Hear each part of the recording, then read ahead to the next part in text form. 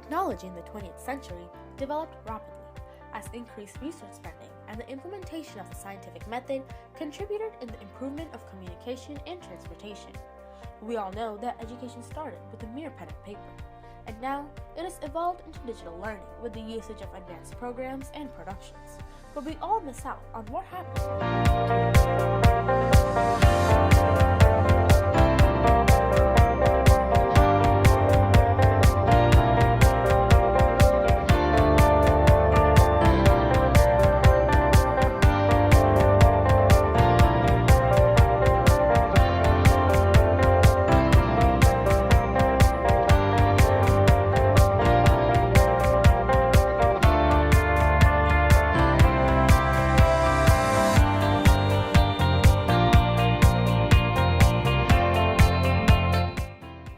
Grace Brewster Murray Hopper lived from December 9, 1906 to January 1, 1992. She was a computer scientist and was in fact one of the first programmers of the Harvard Mark I computer in the year of 1944. She invented the first compiler for a computer programming language and was a driving force of what created COBOL, one of the first highest-level programming languages in the world. With an influence like hers, we're able to experience technology to its fullest. By conducting a few interviews, we were able to understand both students' and teachers' thoughts on how the usage of technology has affected them. So technology has impacted my life in a way that I can't live without it. So as soon as I get home, I'll call up my mom and text my mom saying that I'm home. Or whenever I go out, I have to have my phone in hand. Same thing with like school assignments, like I always have to have my laptop on me. So it's become like a huge part of my life because I don't know what I'd do without it. My life, I use it every single day, whether it be to text my friends or to just let my mom know to pick me up. It's just become part of my life and it's something that I definitely can't live without.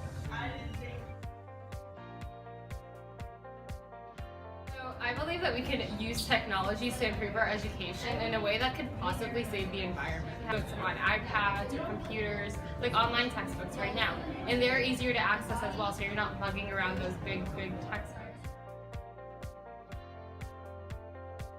I believe that the school can improve its usage of technology in a way that they could keep updating whatever we have.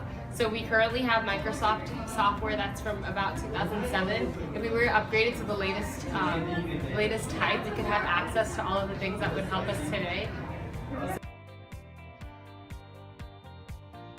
The availability of technology does make it incredibly easy for me to grade assignments in a timely process to where I don't have to hold on to students' work for days at a time before I can return it to them. I think the biggest way that technology has helped my teaching methods is by giving me resources I can use to get feedback from the students. We use a program called WebAssign for calculus. It allows us to get some pretty good feedback on what the students know how to do. We've got some things we can use in class that give us an idea of what students know, and we can immediately know how many of our students understand if we need to make adjustments. I think interaction is very key when it comes to students. I do know things like our OneDrive file that makes it available for students to work on files, although we do also do it for Google Docs and things like that. But collaboration is certainly very key. Being able to message each other through Facebook or texting in general is also very useful when it comes to education. And I think it should be implemented more often.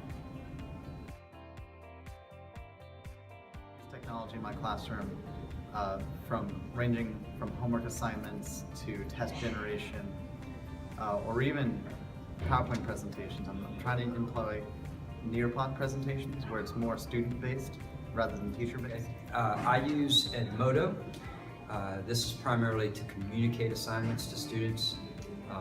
I have also used this to give formative quizzes that so the students can get an idea of, can get some feedback on what they need to adjust for their learning. And of course we also use the TI Inspires, which we can have activities programmed into those as well. As the impact that technology has on us as students and teachers continues to grow, so does the prominence of modern technology in society.